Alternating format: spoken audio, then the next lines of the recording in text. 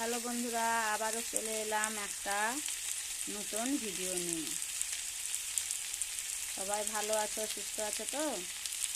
আমি রান্না করছি আজকে বামহি শাক আর আলু দিয়ে ভাজা। একদিন দেখিয়েছিলাম বামহি শাক তুলে এনেছি, আজকে দেখাচ্ছি রান্না করে। দিয়ে দিলাম নুন, পরিমাণ মতো নুন দিয়ে দিলাম।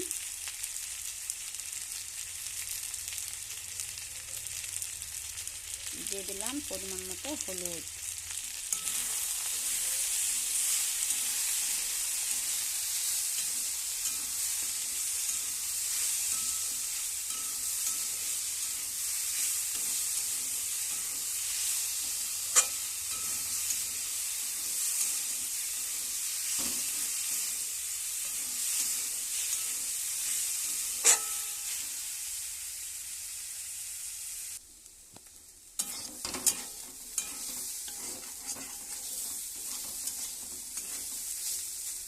এই শাকটা খেলে বাচ্চাদের সর্দি কাশি ভালো হয়। এই রস বের করে যদি দুধ দিয়ে মধু দিয়ে খাওয়ানো যায়, বাচ্চাদের সর্দি কাশি ভালো হয়। বাচ্চাদের বড়দের সবারই সর্দি কাশি ভালো হয়।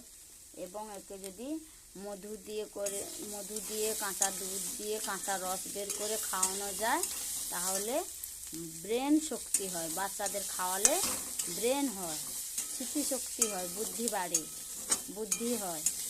এর অনেক গুণাগুণ আছে। এই বামহি শাকের অনেক গুণাগুণ আছে। আমরা দেশের লোক বলি বর্মি শাক, বর্মি ঘাস। দেশের লোক এত খায় না। এই আমাদের এখানে প্রচুর আছে, কিন্তু আমাদের এখানে অনেকে জানে না, খায় না। আর শহরের লোক বলে বামহি শাক, শহরের লোক খায়, আমরাও খাই। শহরের লোক একে বামহি শাক বলে, বামহি শাক খায়, আর আমরাও খাই। তবে দেশের লোক অনেক পায় তো, তাই জন্য খায় না, জানে না, বলে এগুলো ঘাস। কিন্তু আমরা খাই, আমরা জানি। আমার বাবাও আমাদের খাওয়াতো। একে খেলে বুদ্ধি, ব্রেন শক্তি হয়, ব্রেন শক্তি স্ট্রং হয়। এই দিয়ে দিলাম লঙ্কা গুঁড়ো। আগে দিয়ে দিয়েছিলাম পেঁয়াজ, এবার দিয়ে দিলাম লঙ্কা গুঁড়ো। দিয়ে আলু দিয়ে ভেজে নিচ্ছি, ভেজে খাওয়া হবে। আমার তো খুব খেতে ভালো লাগে, আমার ছেলেরাও খায়, খুব খেতে ভালোবাসে। লঙ্কা গুঁড়ো দিয়েছি তো ঝাঁঝ লাগছে, তার জন্য কাশিটা হচ্ছে।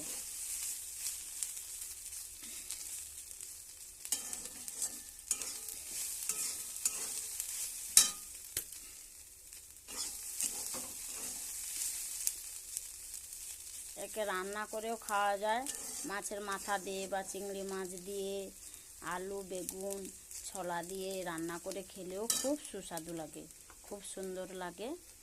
যে যেমন ভালোবাসবে সে তেমনই খাবে। আমি এই ভেজে ফেলেছি। আমরা তো বেগুন খাই না, তার জন্য আমরা রান্নাটা করি না।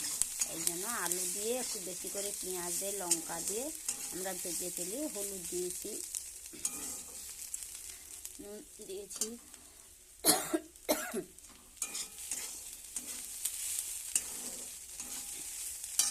আমার হয়ে গেছে, এবার আমি একে নামিয়ে নেব। এই আমার হয়ে গেছে, ভাজা হয়ে গেছে। আমার তো ভীষণই খেতে ভালো লাগে। আপনারা রান্না করে খেয়ে দেখবেন, যদি ভালো লাগে লাইক কমেন্ট করে পাশে থাকবেন। হ্যালো বন্ধুরা, আর ভিডিওটাকে বাড়াচ্ছি না, এখানে রেখে দিচ্ছি। টাটা।